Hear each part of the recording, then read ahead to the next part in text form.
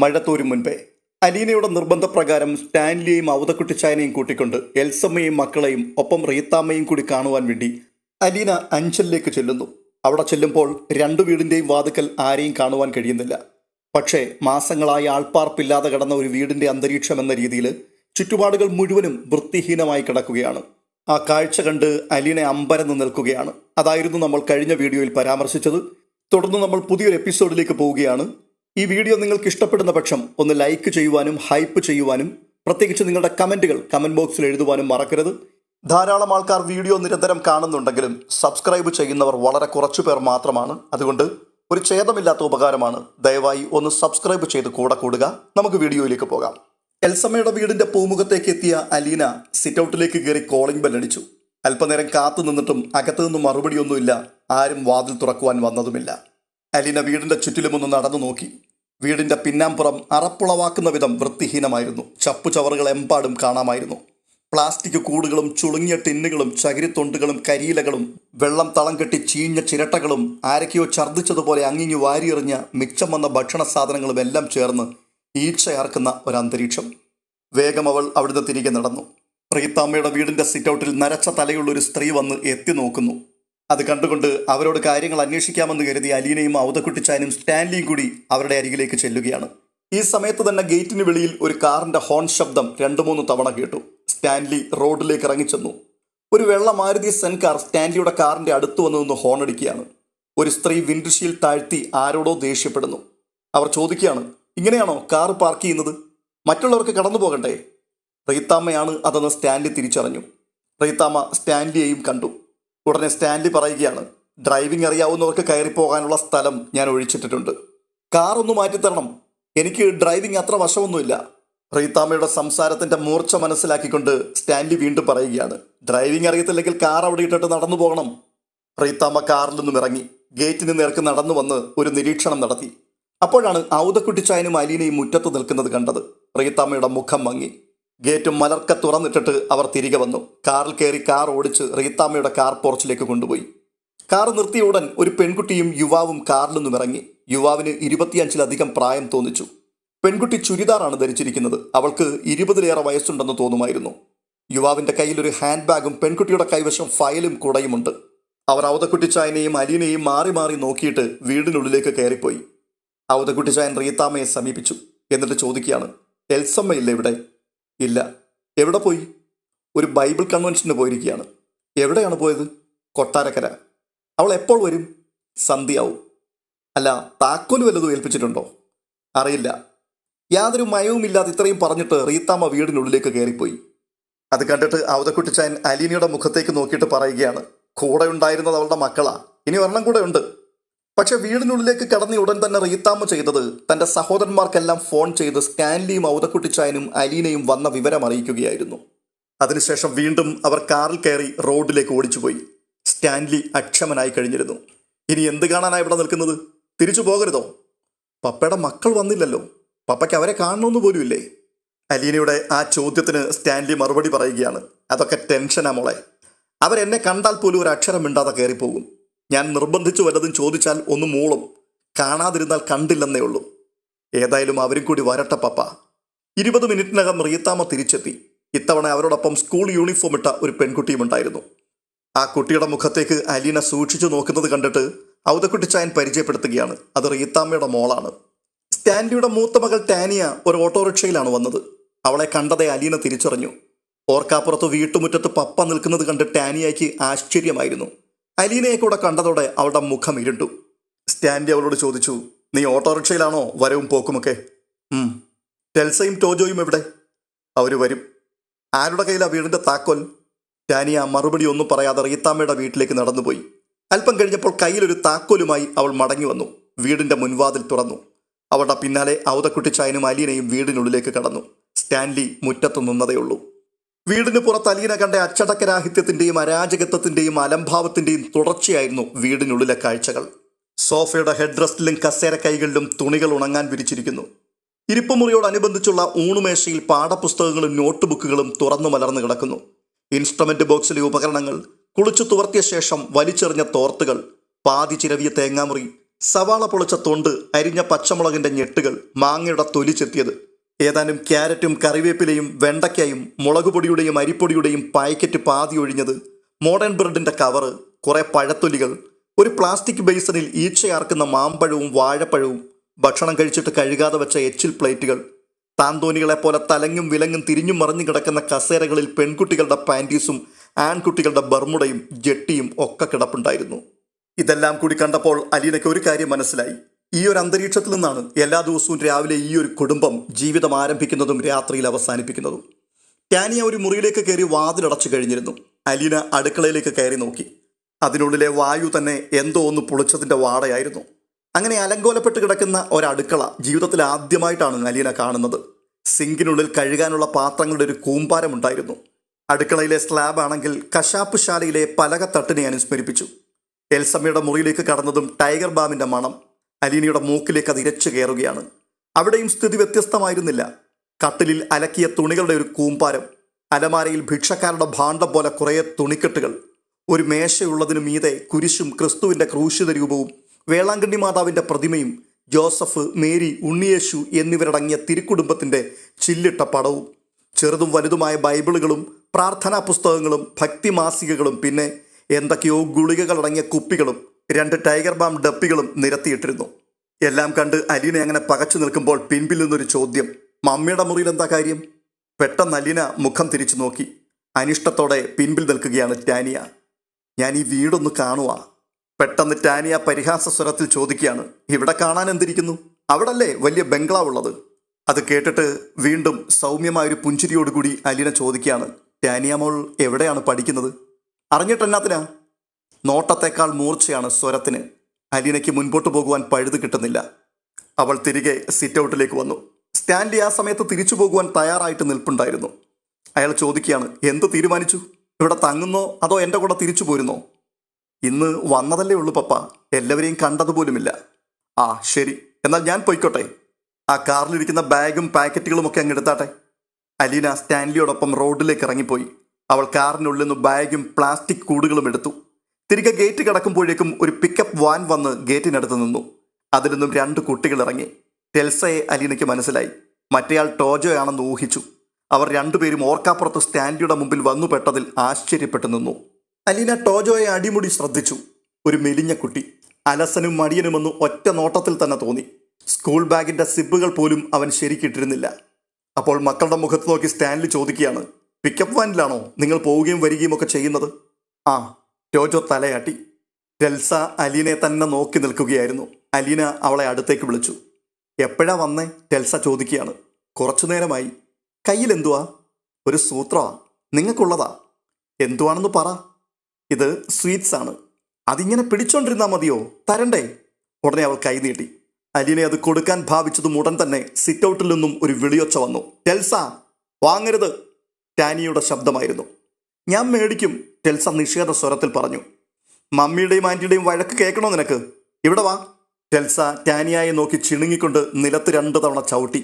എന്നിട്ട് പോടി എന്ന് വിളിച്ച് സമാധാനിച്ചു. തുടർന്ന് അവൾ അലീനയുടെ മുഖത്തേക്ക് നോക്കിയിട്ട് ശബ്ദം താഴ്ത്തി പറയുകയാ, ഞാനത് പിന്നെ മേടിച്ചോളാം കേട്ടോ, ആർക്കും കൊടുത്തേക്കല്ലേ. ഈ സമയത്ത് വീണ്ടും വലിയൊരു വിളിയൊച്ച കേട്ടു. ടെൽസ! അത് അപ്പുറത്തെ വീടിന്റെ പൂമുഖത്തു നിന്നായിരുന്നു. അലീന തല ഉയർത്തി നോക്കിയപ്പോൾ റീത്താമ്മയുടെ രൂപം. ടെൽസ അലീനയുടെ അടുത്തു നിന്നും വീടിന്റെ നേർക്ക് നടന്നു നീങ്ങി. ടോജോ അലീനയെ ശ്രദ്ധിച്ചുകൊണ്ട് നിൽക്കുകയായിരുന്നു. ടാനിയയുമായി അവൾക്കുള്ള സാമ്യം അവനെ വിസ്മയാധീനനാക്കിയിരുന്നു. സ്കൂൾ ബാഗിന്റെ ബക്കിളിൽ നിന്ന് നീണ്ടു കിടന്ന വള്ളി കടിച്ചുകൊണ്ട് അവൻ വീടിന്റെ നേർക്ക് നടന്നുപോയി. ഈ സമയത്ത് സ്റ്റാൻലി റീത്താമ്മയുടെ മുറ്റത്തേക്ക് നടന്നു ചെന്നു. റീത്താമ്മ പെട്ടെന്ന് അകത്തേക്ക് കയറിപ്പോകുവാൻ ഭാവിച്ചപ്പോൾ അയാൾ പറയുകയാണ്, അവിടെ നിൽക്ക്. ഞാൻ എൻ്റെ അപ്പച്ചനെയും എൻ്റെ മോളെയും ആ വീട്ടിലാക്കിയിട്ട് പോവാ. നിങ്ങളെ ആരെയും ഒന്നും ചെയ്യാൻ വേണ്ടി വന്നതല്ല. കുറച്ച് ദിവസം അവരിവിടെ കാണും. അവർക്ക് വാക്കുകൊണ്ടോ പ്രവൃത്തി കൊണ്ടോ എന്തെങ്കിലും ഒരു ഉപദ്രവം ഉണ്ടാക്കിയാൽ ആണോ പെണ്ണോ എന്നൊന്നും ഞാൻ നോക്കിയെന്ന് വരില്ല. ആഹാ, എന്നോട് ഇതൊക്കെ എന്തിനാ പറയുന്നത്? അത് മനസ്സിലായില്ലേ? നിങ്ങളാണ് ഇവിടെ ഏഷ്യയുടെ നഴ്സറി നടത്തുന്നതെന്ന് എനിക്കറിയാവുന്നത് കൊണ്ട്. ഇപ്പൊ തന്നെ അലീനയോട് സംസാരിച്ചു കൊണ്ടിരുന്ന എൻ്റെ മകളെ വിലക്കാൻ നിങ്ങൾക്ക് എന്താ അവകാശം?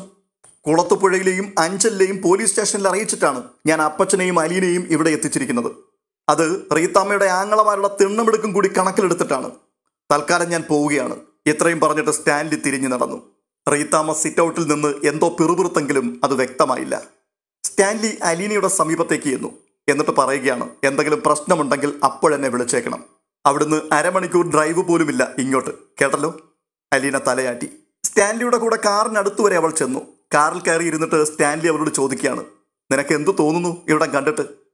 പപ്പ പറഞ്ഞത് ശരിയാണെന്ന് തോന്നി. പിന്നെ നീ എന്തിനാ ഇവിടെ ഒന്ന് സമയം പാഴാക്കുന്നത്? അത് പിന്നെ ഇവിടെ എന്താ നടക്കുന്നതെന്നൊന്ന് കാണാമല്ലോ.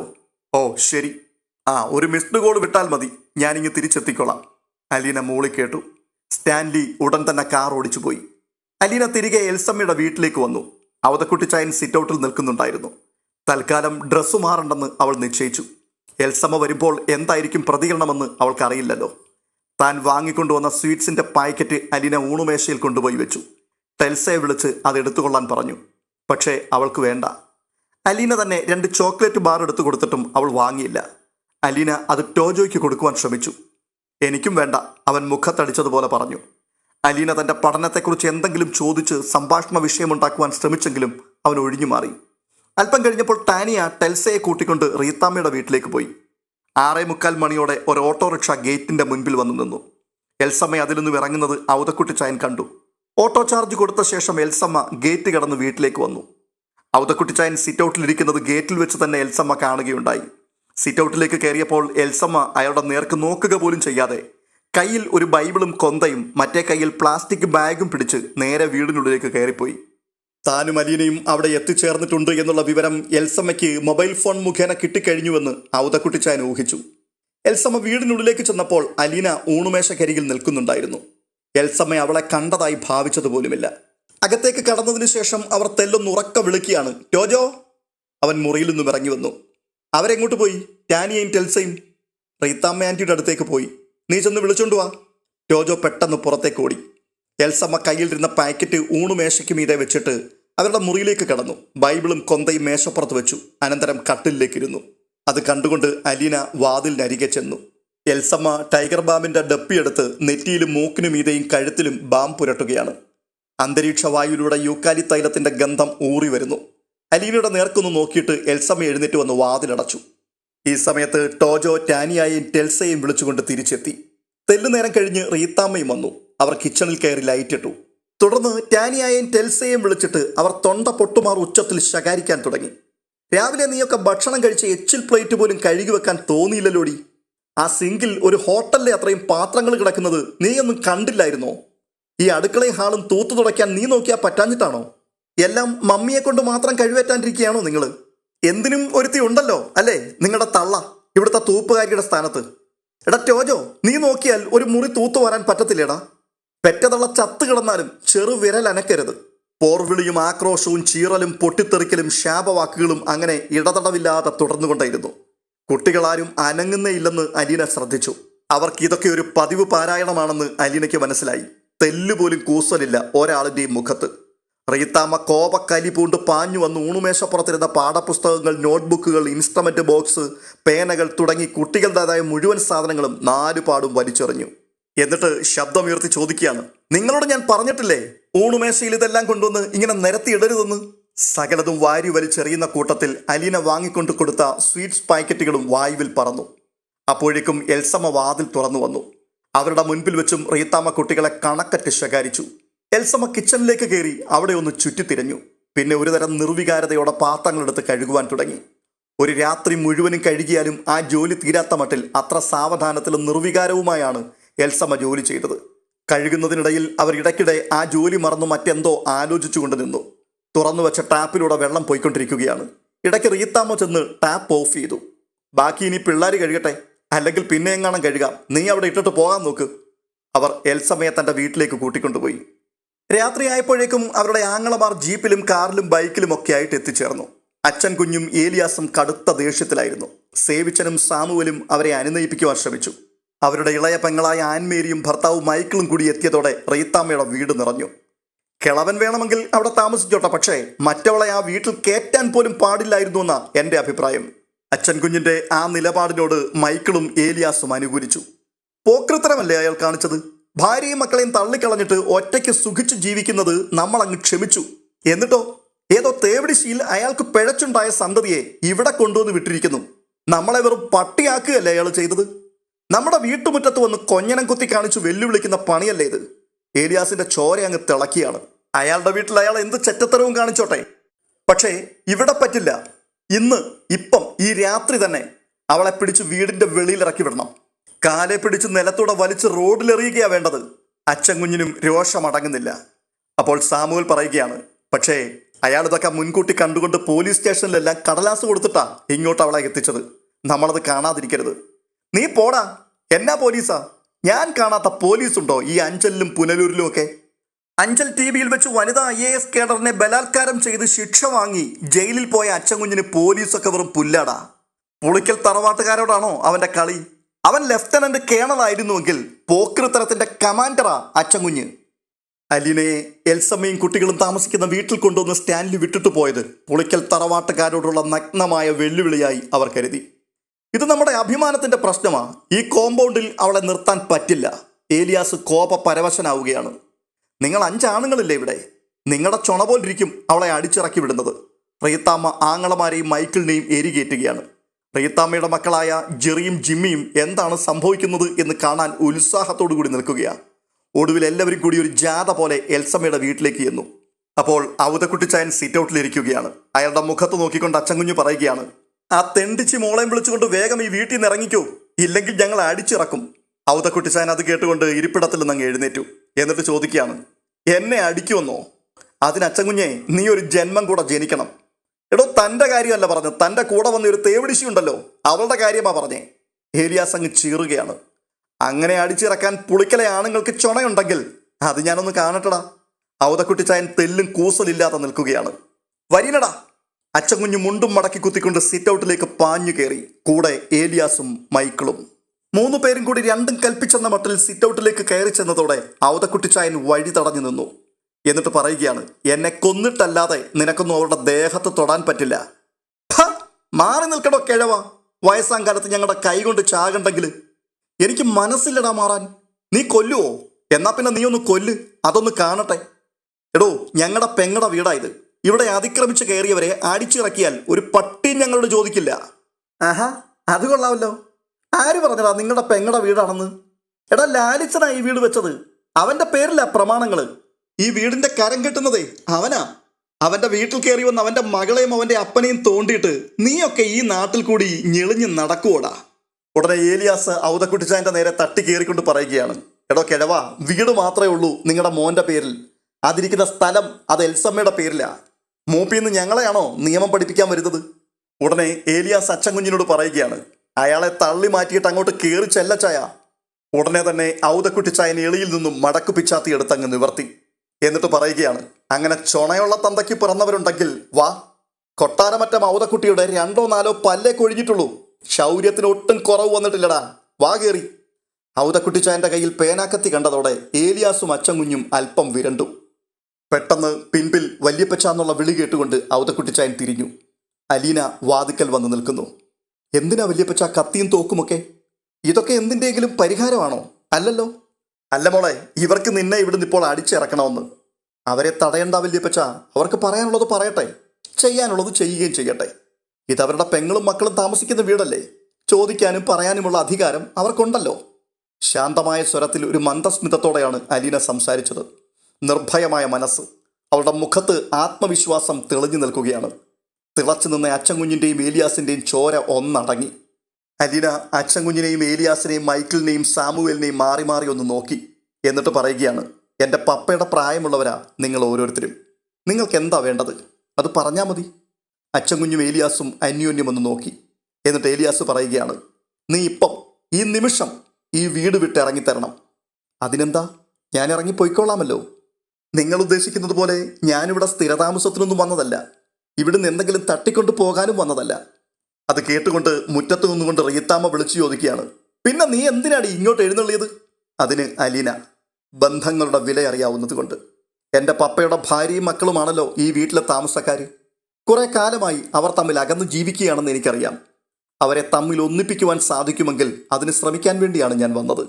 റീത്താമ്മയ്ക്ക് രോഷമടങ്ങുന്നില്ല. അവർ വീണ്ടും ചോദിക്കുകയാണ്, അവരെ തമ്മിൽ ഒന്നിപ്പിക്കാഞ്ഞിട്ട് നിനക്കെന്താ ഇത്ര സൂക്കേട്? ഒന്നിപ്പിച്ചു കൊടുത്താൽ നിനക്ക് കമ്മീഷൻ വല്ലതും കിട്ടുമോ? എനിക്ക് ഒരു കമ്മീഷനും വേണ്ട റീത്താമ്മ ആൻറ്റി. തമ്മിൽ വേർപിരിഞ്ഞ് ജീവിക്കുന്ന അപ്പനും ഭാര്യയും മക്കളും ഒത്തുചേർന്ന് ഒരൊറ്റ കുടുംബമായി ജീവിക്കുന്നത് കാണുമ്പോൾ ഉണ്ടാകുന്നൊരു സന്തോഷമുണ്ടല്ലോ, അതാണ് ഈ ബിസിനസ്സിൽ എനിക്ക് കിട്ടുന്ന ഒരേ ഒരു കമ്മീഷൻ. അതുമാത്രം മതി. അപ്പോൾ റീത്തമ്മ പരിഹാസത്തോടു കൂടി ചോദിക്കുകയാണ്, അവരെ തമ്മിൽ ഒന്നിപ്പിക്കുവാൻ വേണ്ടി മധ്യസ്ഥത പറയാൻ എന്ത് യോഗ്യതയാടി നിനക്കുള്ളത്? നീ ആരാ? നീ എവിടുന്ന് വന്നവളാ? നിന്റെ അഡ്രസ്സ് എന്താ? റീത്തമ്മ ആൻറ്റി, ഞാൻ ആരുമല്ലായിരുന്നു. മറ്റുള്ളവർ ദാനം ചെയ്ത അന്നം കഴിച്ച് 23 വർഷം അനാഥാലയത്തിൽ ജീവിച്ചവളാ. പക്ഷെ ഇപ്പൊ എനിക്കൊരു അഡ്രസ്സ് ഉണ്ട്. കൊട്ടാരമറ്റത്തിൽ സ്റ്റാൻലി ജോസഫിന്റെ മകളാണ് ഞാൻ. സ്റ്റാൻലിയുടെ മകൾ? എന്തുണ്ടടി അതിന് തെളിവ്? അല്ല, തെളിയിച്ചാലും ഈ നിൽക്കുന്ന കുട്ടികളുടെ ഒപ്പമാകുമോ നീ? ഇവർ ലോകം അംഗീകരിച്ച അപ്പനും അമ്മയ്ക്കും ജനിച്ച കുട്ടികളാ. പക്ഷെ നീയോ? അവർ ജനിച്ചപ്പോഴേ ഇവർക്ക് അപ്പനും അമ്മയും ഉണ്ടായിരുന്നു. നിനക്കോ? ഇന്നലെ അല്ലയോടി നീ സ്റ്റാൻലിയുടെ മകളായത്? അതിനു മുമ്പ് നീ ആരായിരുന്നു? ആൻറ്റി, ഈ നിൽക്കുന്ന കുട്ടികൾക്ക് അപ്പനും അമ്മയും ഉണ്ടാകുന്നതിന് മുൻപേ സ്റ്റാൻലി ജോസഫിന്റെ മകളായിട്ട് ജനിച്ചവളാണ് ഞാൻ. അന്നും ഇന്നും എന്നും അദ്ദേഹത്തിന്റെ മകൾ തന്നെയാണ്. ഇന്നലെ വരെ അത് ഞാനും നിങ്ങളും അറിയാതിരുന്നത് എൻ്റെ കുറ്റം കൊണ്ടല്ല. എടീ കൊച്ചേ, നീ സ്റ്റാൻലി ജോസഫിന്റെ മകളാണെങ്കിൽ നിന്റെ ബർത്ത് സർട്ടിഫിക്കറ്റിലും സ്കൂൾ സർട്ടിഫിക്കറ്റിലും അപ്പൻ എന്ന കോളത്തിൽ ആ പേരുണ്ടാകൂടി. റീത്തമ്മ ആൻറ്റി, എൻ്റെ സർട്ടിഫിക്കറ്റിൽ ആ പേരില്ല. വേണമെങ്കിൽ അത് ചേർക്കാവുന്നതേ ഉള്ളൂ. പക്ഷേ ആ കോളം പൂരിപ്പിച്ച് കിട്ടുന്ന ഒരു ലാഭവും എനിക്ക് വേണ്ട. കോളത്തിൽ പേര് ചേർത്തിട്ടും സ്വന്തം അപ്പൻ്റെ സ്നേഹവും സംരക്ഷണവും കിട്ടാതെ അകന്ന് ജീവിക്കുന്ന ഈ കുട്ടികളെ അവരുടെ അപ്പനോട് അടുപ്പിക്കുവാൻ സാധിക്കുമോ എന്നറിഞ്ഞാൽ മാത്രം മതി എനിക്ക്. എങ്കിൽ നീ കേട്ടോ, അതൊക്കെ വേണ്ടതുപോലെ ചെയ്യാൻ ഇവിടെ വേറെ ആളുകളുണ്ട്. നിന്റെ സഹായം വേണ്ട, നിനക്ക് പോകാം. ഉടനെ അലീന ചോദിക്കുകയാണ്, എൻ്റെ പപ്പയും അദ്ദേഹത്തിൻ്റെ ഭാര്യയും മക്കളും ഒത്തുചേർന്ന് ഒന്നിച്ചു ജീവിക്കുന്നതിൽ ഇവിടെ ആർക്കാണ് എതിർപ്പ്? റീത്തമ്മ ആൻറ്റിക്കാണോ? ആ ചോദ്യം കൃത്യമായിരുന്നു. റീത്തമ്മയ്ക്ക് ഒഴിഞ്ഞു മാറുവാൻ കഴിഞ്ഞില്ല.